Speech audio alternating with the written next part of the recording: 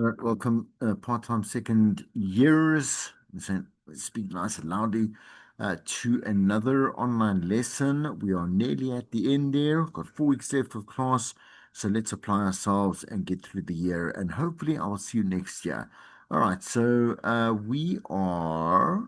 So we had lesson 71 and 72. So it's part two and three of three lessons. We're going to end up this particular. Well, we're starting with imaging, right? And now we're going to end with imaging. You can see there already. We got beds and jingles to cover, page 238, 245. Donuts 239, liners and voices 240, and then obviously sending a message and a call to action within the realm of imaging and production, etc., etc. 243 to 245. That comes, all those pages do come out of chapter 6 on 6.7 to 6.11 of Next Level Radio. I've got my textbook here with me, and you should also have yours with you because we are going to be doing some reading as well from the book itself. Sorry, there's my pause was there's a rabbit in the house that I'm babysitting. I know I'm oversharing, but just that's where the distraction was. Okay. All right. Anyway, so I've got my next level radio in front of me, and we'll refer to that in just a moment, right? So again, within lesson 70 was the introduction to imaging, and we spoke about, well, I mean, obviously kind of the contextualizing as to why, imaging is very, very important, even though, and here's just a kind of an umbrella approach to why it's important. Yes, we do have the frequency. People do know that they are tuned into 99.2 YFM, for example, but the thing is, it's not about rinse, cycle, repeat, and reminding people. It's not reminding people that they suddenly have fallen across or they've stumbled across 99.2, let's say YFM, and now they need some kind of reminder. It's not about that. It may seem in certain circumstances very slim and kind of very rare that you now are doing some radio surfing. So you're going from, let's say, frequency to frequency, you're landing up somewhere, and perhaps maybe the imaging might help with that, but it really isn't. Its sole purpose is so that it contributes to the entire brand image itself. We say it as jocks on air. We tell you which station you're listening to. We give you the obviously the tagline, like a tagline for the current moment or whatever it is. We also mention the frequency, at some points, whatever it may be. We do this all part of, again, it's as a complete product to what we offer right to our listener. So that's why we have in a nutshell, right, these liners. Okay, let me move on to beds and jingles. So bed music is so let's do a bit of the theory, but I'm just going to talk in general. Bed music is what you hear as music that we play. The instrumental music that DJs might play, or they, yeah, most likely will play when they're doing talk links. So when doing the links, there's a little bit of music. It's very soft in the background. It should be soft. Technically, let's say it should be at about 14 to 17 decibels, which I know is a little too technical, but that's the right. It's the right volume because you don't want the bed to be overpowering. So, in other words, you're speaking, but the bed's so loud that you can't focus on that DJ actually talking, etc., right? But it's that, and the thing is, we have show bed music, right?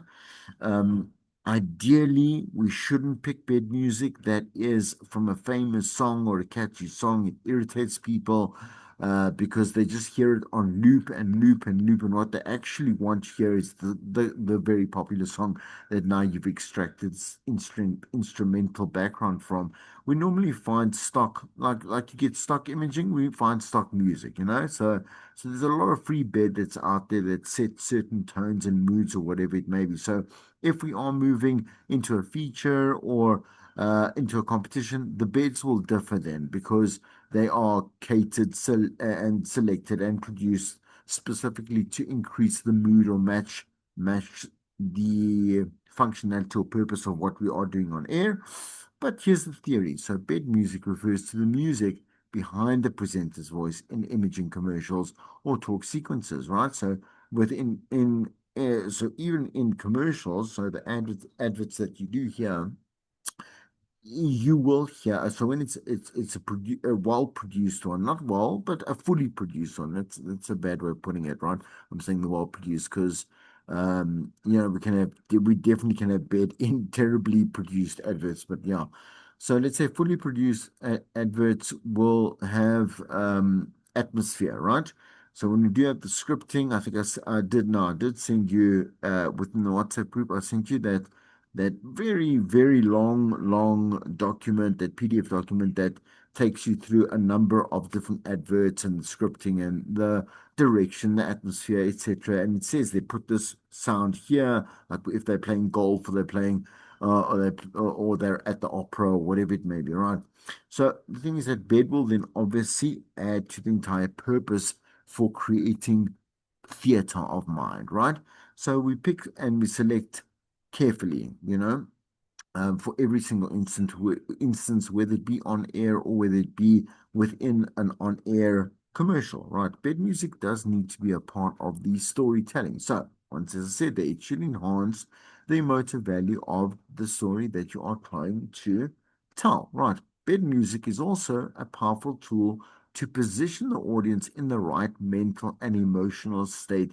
So, for example, you're doing it's October now. We know that there's Halloween, and people might be doing specific segments that are kind of scary and whatever it may be. Yeah, Halloween driven, right? You're gonna put little spooks and they're kind of like, ooh, that type of bed there as well. You might have like someone screaming like you're in a house of horrors, that type of thing. I'm not sure of the purpose that you would uh, be formulating some kind of idea or whatever it is on air.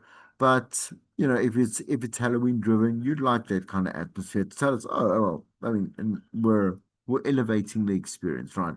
So bed music is really important for one reason, to help avoid dead air. For the most important reason, should I say, is to avoid dead air, right? So the thing is that we do hear, like you won't hear bed music on talk radio because you're immediately going to say, oh, but I often hear many shows, enough shows, should I say, on air that don't use bed music, and that's fine because those presenters are experienced enough to note that when you come back from a song, whatever it may be, there's a bit of an atmosphere in the studio. There's many people in there that create dynamics and ups and downs at different levels. I'm saying of attention and stimulation as well. That's important, right? To be able to say, I'm going to do this link cold without any bed music, right? And it will still work out just fine. The other thing is, and now we look at the polar opposite of that. If you don't, and you're still learning, or you are doing a bit more of a lifestyle show or like a daytime show, whatever it may be, right? It doesn't really matter. um, Bed music. So let's say you lose your train of thought for a moment, just for a moment. The bed music is a great distraction and a filler for something to happen on air. In other words, anything but dead air. Complete silence, right? So bed music is used mainly at public radio stations, right?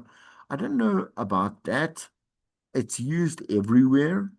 Mainly, I'm not going to say that's necessarily true, um, because yeah, look, I don't know the stats, but I'm taking an educated guess that pretty much community, commercial, and PBS stations, right, public radio stations, all use bed music in some kind of form or another, right? This is mainly due to recorded interviews, which yes, with like some ambience, maybe sometimes again, maybe sometimes, right? Because it all depends on what it is that you are trying to do. So if you have a pre-recorded interview and you don't want the atmosphere to be elevated because it doesn't need it. It needs to be nice and clean. You want to do that, whatever it is, or maybe you are doing a pre-recorded recorded interview at an event that has ambience already. What's the point of putting in bed music, right? Anyway, I'm thinking of many different things here. And I should simplify it more, right? Or less examples. Anyway, the rule that something needs to happen every 45 seconds when editing a story, that's very true in terms of with the PBS stations, right? So because they do a lot of documentaries and a lot of showcasing as to like storytelling, like teaching and education and stuff like that, it's ideal to definitely have where a well-produced segment, which would then, of course, include bed music, sound bites, sound effects, etc. Bed music will then set the mood for a monologue that can cover up a pause edited into the speech, so dramatic effect. Bed music can also be a presenter's signature sound and can remind you of a certain presenter, and that's true. It's what I was saying to you before. Every presenter, well, must one presenter must not have the same bed as another presenter. Finished. Like so, how do we get to that? Like presenters need to listen to the station and not say that I'm the only presenter on that station to see. Okay, well maybe they by mistake someone's chosen the same bed as me, which then would only come up as a situation if you go and you pick commercial bed. And that's what I'm saying to you. Go and pick from the free stuff that's available on YouTube. You can just download that, convert that from MP4 to MP3 and use that, man. There's so much, there's hundreds of thousands of beds, free beds to use from. And so if you've done or you applied that approach, you 10 to 1 will not have the same bed as somebody else, right? Remember that bed music can distract the listener, so never use instrumentals of recognizable songs, especially popular songs. So I know that, like on my show, I use one of my beds is I'm not sure of the artist, but it's an old 70s song. It's great. I love it, love it, love it. It's a popular song, but it's not. It was a very big song, but it's 70s or what, 40 years ago. Even though you might remember it or you might be introduced to it now and again through generational, obviously transition or transference, right? So your parents might play it or whatever it may be, whatever, right?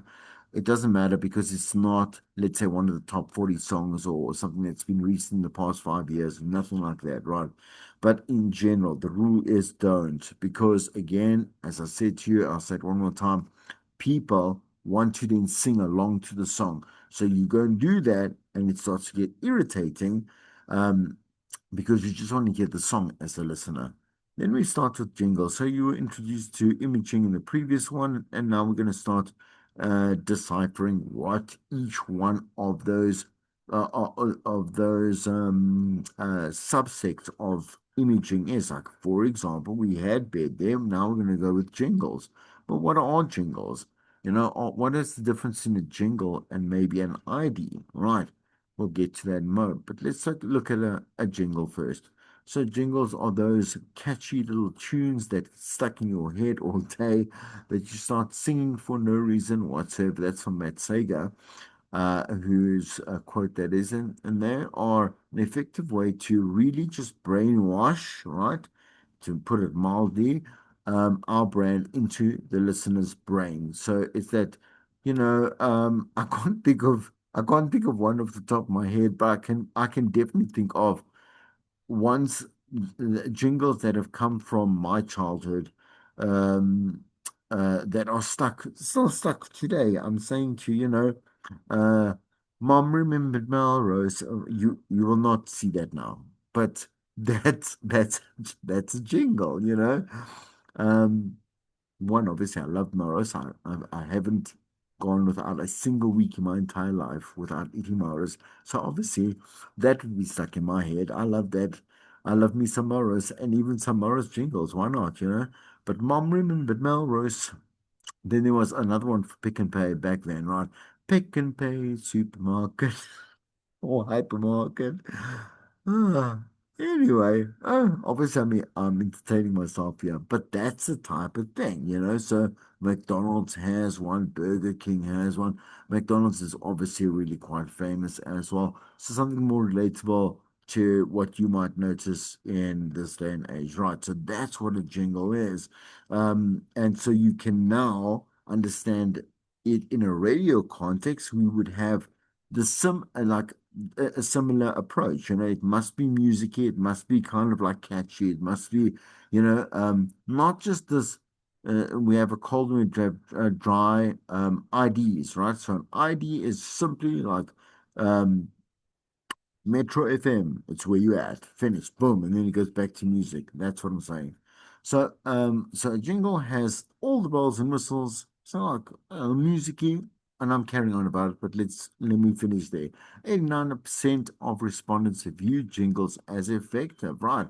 The study also discovered the following: slogans and jingles assist with listener recall. In other words, for listeners to come back, one, but also to remember, right? So it must be stuck. So this and also association, brand association.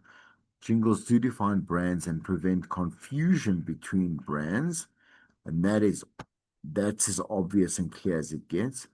Jingles do help listeners to remember the name of a product or a brand. Women remember radio jingles targeted at women better than men do, and the opposite is true of men, which makes sense, right?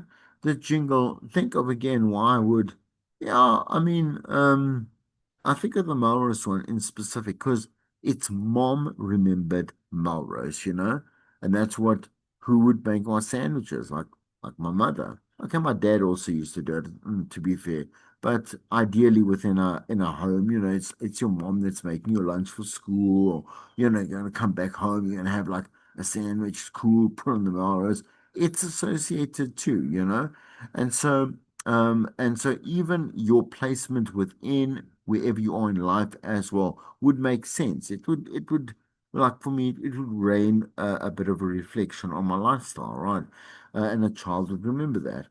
The jingle that was most widely remembered was the Coca-Cola radio jingle, and that's like there have been so many Coca-Cola jingles and adverts and activations and brand campaigns, and they're very effective. Almost every single one, I'm going to say quite confidently, has been effective because Coke doesn't aim to advertise for more um, business, right?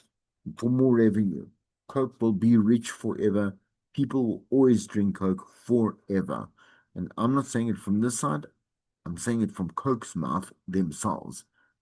So they have time and they have effort and they got a lot of money and they know like when they are going to release something, I'm saying as a marketing tactic, right?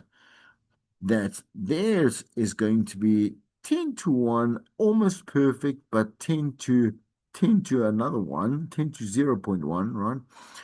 It's going to be memorable, right? Anyway, radio jingles are highly effective in branding a radio station and contributing to recall. So, when writing and producing a radio jingle, make sure that it's recognizable and memorable. Make it simple. Like here it is. Here are some tips and trades from Sega. Brevity, please, concise, simple, simple, simple, simple. You saw those examples. I said there, like 2 or 3 words, boom, done. Let's make it catchy. And the work of jingles have been like a staple job description. So you are a sound engineer, maybe, but you are a jingle producer. This dates back to the 40s and the 50s and even the 30s, where that was the job of a person, right? They would sit there and sing ideally back then it was on the piano and they would sit and write music and then play it on the piano, see what it sounds like, write music, play on the piano. And that's how, and they would go and obviously give that um, let's say the production side at a station. And they would produce this particular jingle. And I'm talking old days now, right? Obviously, as we moved along, technology and processes and process to process segueing processes, right, have obviously changed. But brevity and simplicity, that's what the musician, because they are kind of musicians in a way, would go and work on, right? Catchiness, effective jingles get stuck in the mind of a listener. Even if they are irritating, at least it's getting someone's attention. A strong message. The jingle must be able to communicate some kind of strategy um, for the product or the client, whatever it may be, right? In this case, our case, for example, like the station, right? We will change our mission statement. And so with the mission statement, like for example, right now, Jacaranda's must change their entire mission statement to like being a feel-good station, which you already know not being, well, people actually don't know it. I only know it because I worked at 909. That's been our tagline since the beginning. But it doesn't matter. I'm saying there's no, even if it was copied, doesn't matter. Jacaranda's humongous. So a lot of people will see this new marketing strategy as brand new, and this obviously reflects like what they will do on air and the music that they're going to play and competitions they're going to have. It's a feel good station now. That they're getting feel good vibes. So so I'm guessing because I haven't listened to Jacaranda recently. I'm saying in reflection to this particular marketing campaign, whatever mission that they've taken on. But I'm guessing quite a lot of that is then catchy in some kind of way.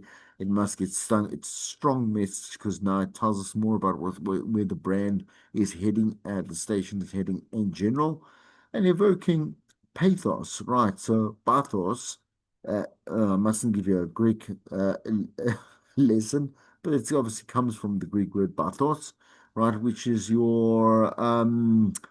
it's your state, you know. So pathos. No, I'm saying like you gotta understand Greek. Here it says that effective jingles should connect with your listener's emotion. So the direct translation again, from Greek to English, pathos means where you are, you know, how you are, where you are, your state of being, as I said. Okay. Donuts. All right.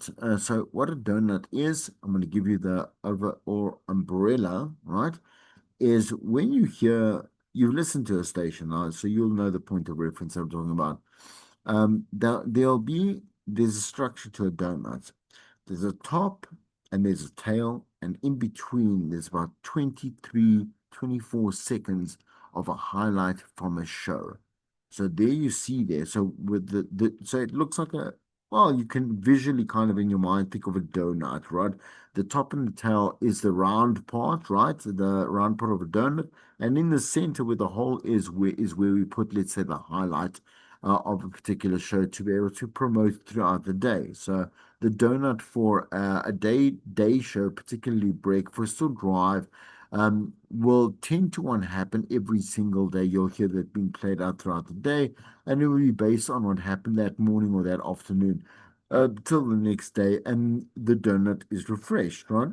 So if we have a look at the theory, a donut in radio audio production is the produced top and tail, the beginning and end of a piece of audio imaging that is, says here, like it'll say there, that this and this show. Then you'll hear what the excerpt from that particular day's show, right? So the top is it'll mention the show's name, right? The middle is now the excerpt, right?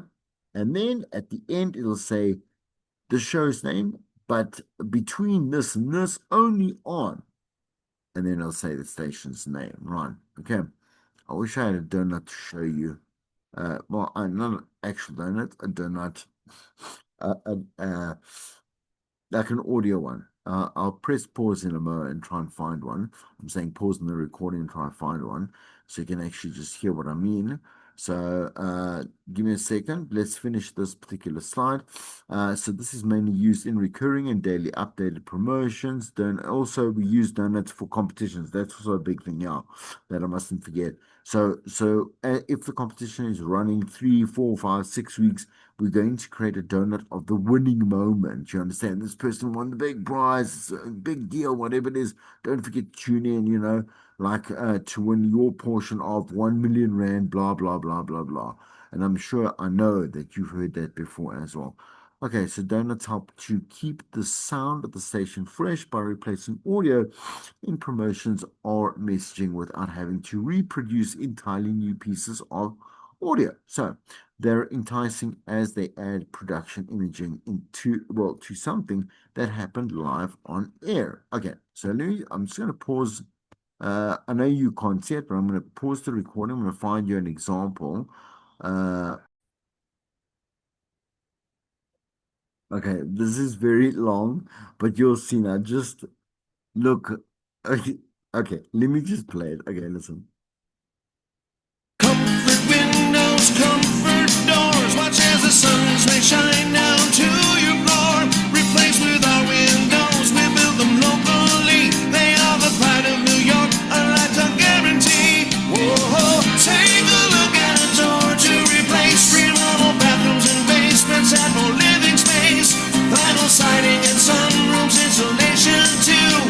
It's comfort windows and doors, home improvements and more. Comfort windows and doors. The Comfort team is working all year round, regardless of the weather conditions. Get your home improvements done before spring. Get no interest financing and make no payments for 18 months. That's on all the products Comfort's famous for.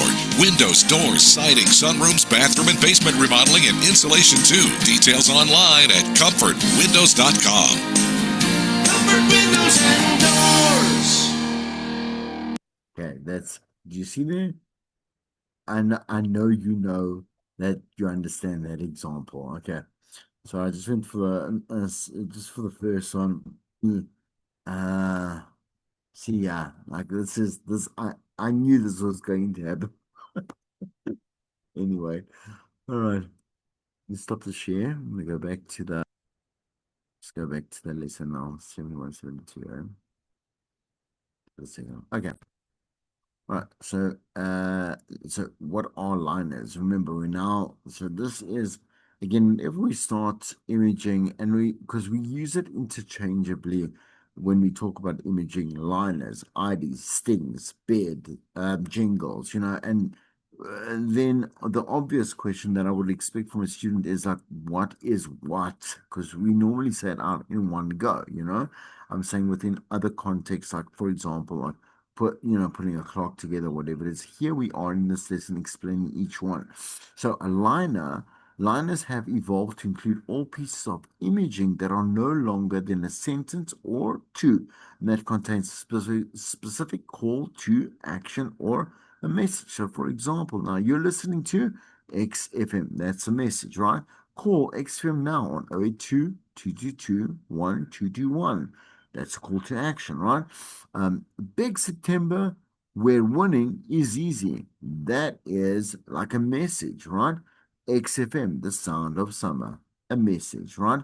So you would again, so now we're starting to say, because even I said like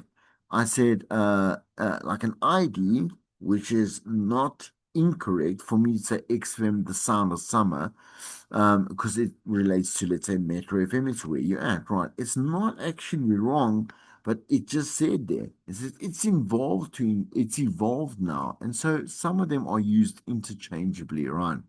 So if we look at the voices, very important to pick the right voice for the station to obviously match the brand that you are trying to obviously propagate, right?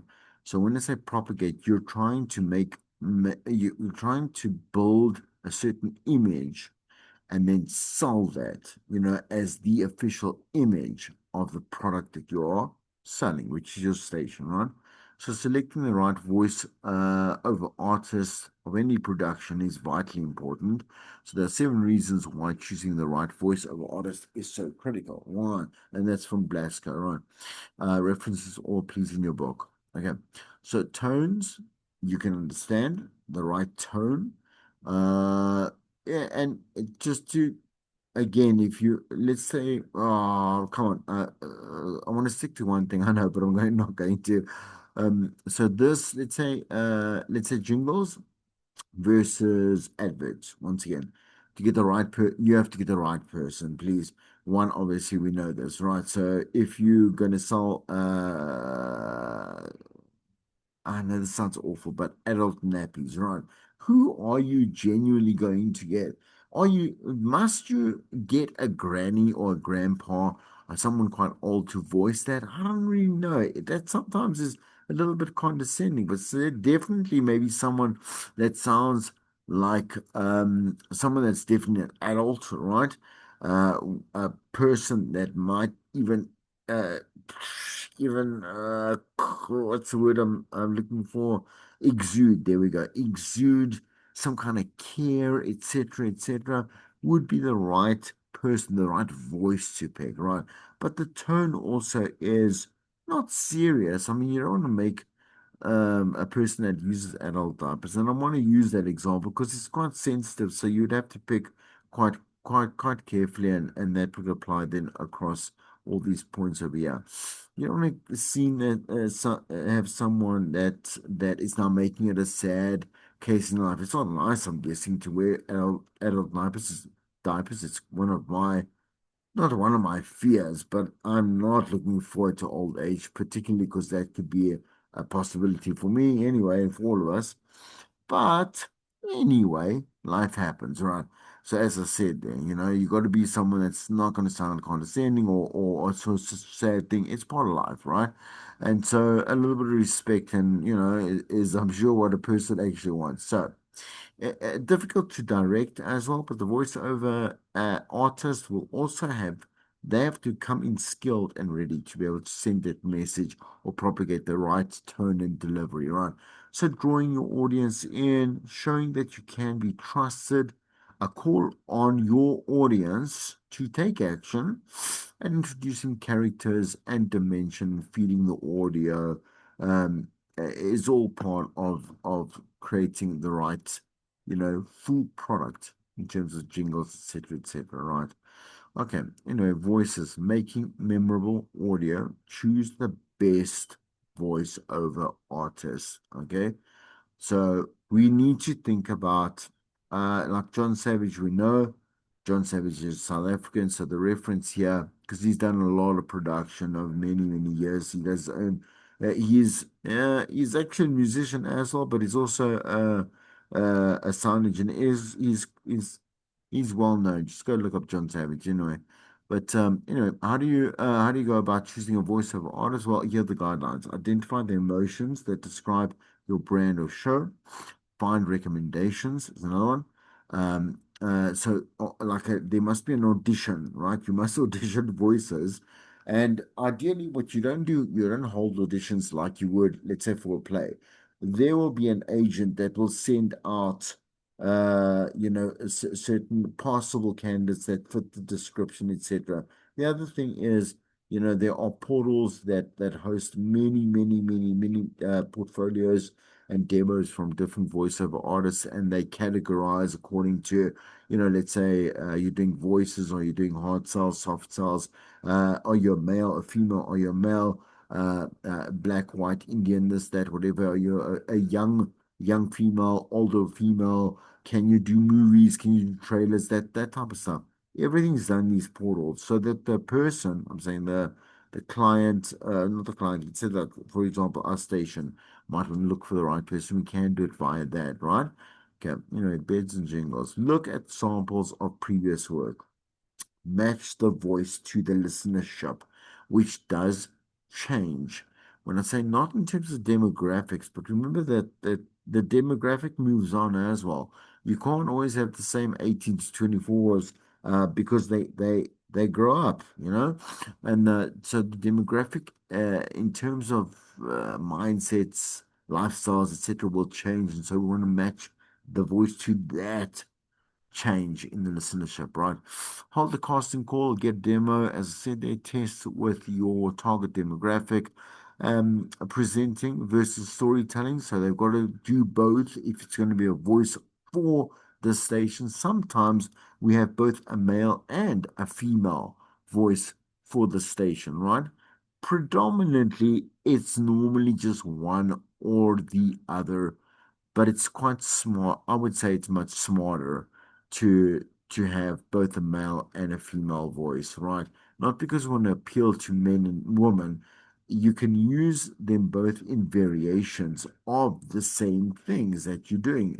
Like I say, show jingles, features, everything like that, competitions, etc. Right? So better choice because there's a bit more um, like dynamics, right? There's a word. Right. Consider pitch, cover the small details, choose the right accent, and then think long term, as I said there. So, a lot more opportunity for different dynamics, right? Yes, you're going to say to me one also, because the thing is, it's true. Like we do the initial, obviously, full imaging for the station, right? When we go for a reboot, right? Then yes, now and then there's going to be changes to certain shows. There's going to be change of presenters. There's going to be new features. Of course, call ups. I'm saying to the voiceover artists for competitions and promos, we will have to go back to them to revisit like their talent, right? That they must provide to the station. So that once again, there is consistency to the brand itself. It sounds the same. Right, before writing any jingles, liners, donuts, or any other radio station imaging, ask yourself the following questions to ensure that engagement with listeners is maximized, right? Who is the target audience?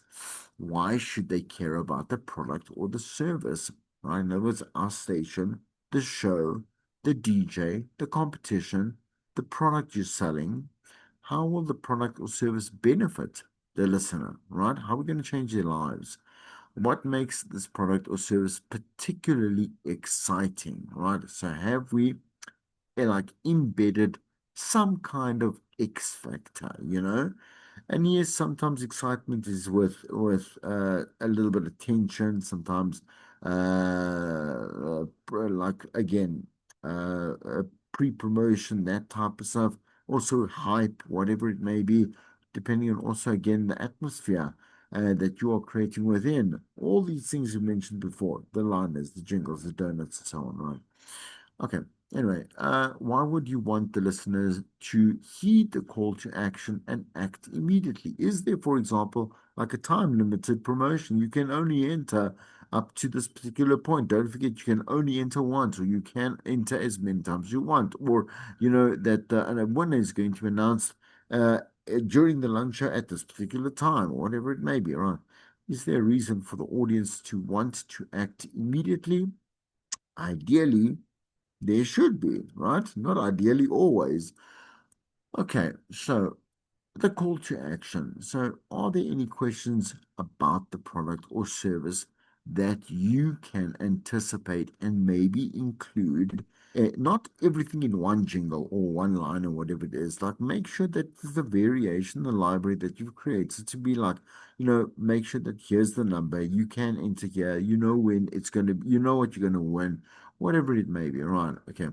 So if you think there might be any objections from the listeners to the product or service, how can you adjust the copy? So the copy is the actual script. Again, please reference that document that I have put into your WhatsApp group for you in the beginning, specifically of our subsect of imaging, right? So lesson 17, right? Okay, these might sound like questions you would only ask when writing copy for an advertisement, but in reality, every piece of imaging or messaging that is the station, right, is like you should be asking these questions to and applying yourself to your product, like I say, the whole process, right? Um, Filtering the copy using these questions allows you to examine the effectiveness of the messaging. And so this is why we must also, one, obviously we're pros. I'm saying, should you be doing this as part of like this is your job title description, you're a sound engineer, etc. You're a copy writer, whatever it may be, right? Okay, you should know better than anyone else because that's what your expertise focuses on, but you should also just test it again. Types of radio imaging, let's go through all of them. Again, a jingle, short music item that can include sung slogans, catchphrases, and your station's name. A donut, a typical jingle, usually has the singing at the beginning and end of the commercial with an announcer speaking in the middle. That part of the middle is referred to as the donut, right? So this is where the announcer delivers a message, as you heard in the one I played you, right? Liners, so also known as sweepers, stinger, promos, or station IDs. So, as I mentioned before, interchangeably, right? Because the liner has now mutated or upgraded, right, to kind of umbrella or group all of these things together. Don't worry if you're using, look, you can't use a promo interchangeably with a stinger, but yes, a stinger and a sweeper and a station ID could be used interchangeably, and no one's going to judge you on that, right? Spoken announcements, the line is normally less than 20 seconds long that are played in between songs as an overlay, and the radio station's name is usually included in there, right? Then we have beds, music bed. Just to kind of revise that. Simply put, is a song without lyrics. Clearly, is a music composition behind a voice over, and it's found wherever someone may have the need for background music, imaging commercials, or talk links. Pathos, the quality that stirs emotion. Emotional, yes. I want you to say it almost the same way we Greeks say it, right? Pathos, right? Pathos, if you want to say it like a westernized person. Anyway, instead of logical. Okay, so let's have the closing, the last few closing slides of the lesson 71 and 72. Please note that it's a two-in-one lesson. Okay, so types of images. So essentials for selling the message. Here we go.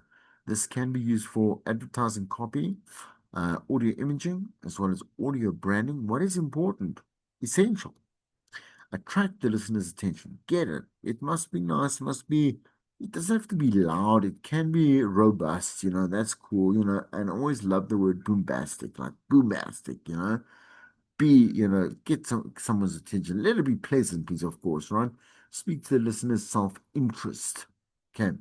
So again, you would naturally do this because you understand your listener, your composite listener, you understand their lifestyle, you've already dissected them, so you should understand them well enough now.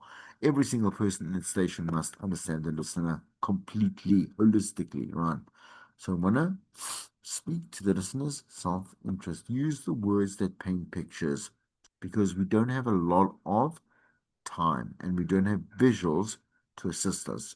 So avoid being overly clever or creative. Please, simple, simple, simple. Okay. Uh, I'm going to say it anyway, even though I've said it a million times. Passive, active listener, right? So motivate the listener, avoid cliches. Oh my word, rolling of eyes might even if it's terrible and it's memorable, is not good for you, right? It's good for the fact that they remember you, but no good in any other way, right? And please keep it short. So on page 24, if you want to just quickly turn to page 244, excuse me, you'll see there that this little graphic has literally said what we've said over here. Just go check that out there, okay? Good. So here's the call to action. We've said this before in terms of content links. We want a call to action. Go do something. Messages, subscribe here. Whatever it may be. Call us, send us WhatsApp, etc., etc. You must do something. We want to call them to do something. So it's a statement designed to get an immediate response or reaction from the person. It's either reading or hearing it. So reading, obviously, let's say it's digital, whatever it may be. I'm not sure. Yeah, I am sure it's in that context. You wouldn't see it somewhere else, right? Besides a billboard or maybe, I don't know, right? Or hearing it more predominantly because we're in the audio business, right? So it should speak to their self-interest. Some examples: tune in, keep listening, and stand a chance to win. That's within my that I'm going to benefit from that because I'm going to win. Right, tweet us now with your answer. Like it's telling me, do this now. Right, with my contribution to the show. So now I am part of the product. Our lines are open for you to call in now and share your views with us. We're demanding, right? We command, right? No, no pleasers, no, if you want to, maybe, that type of thing. Now, right, listen out tomorrow as we're going to be speaking with this person about that thing. And visit us, xxx.com, and we'll leave the three W's out now because it's old hat, and into the competition now. Your homework is going here. So let's quickly go to page 245. 245. It's the same thing that we've been carrying on before. But now you're going to do two and you're going to do three. Remember, I said, well, I said this before. I said just do the whole activity as you move along, right? Oh no, yes, no, I have in this context. Okay, yeah. So activity 6C, just pull your, open up your textbook. I'll give you a second, page 245. I'm going to go through each one. So, number one was the previous lesson, right? Discuss the difference in terms of the level of importance between the three types of show promotions discussed and explain why you think one is more important than another. So, that was from the previous lesson, right? Number two, this is this lesson. Explain why a radio jingle is and what a radio jingle is, and give three reasons for why it is used in radio production. That's easy. Number three, match the following terms in column A with column B. So on the left hand side, it's column B: donut, liner, beds, bathos, and imaging. And then in column A, we've got the descriptions, right? Definitions. Number one says content that is heard between songs, adverts, and speaking sequences. Number two says the musical composition behind the voiceover in imaging, commercials, or talk links. Three says imaging that contains the name of the station or the show. And then five, a quality that stirs emotions. Nice and easy. You had my book close over there. I'm going to just stop that share over there. I'll see you in the next lesson.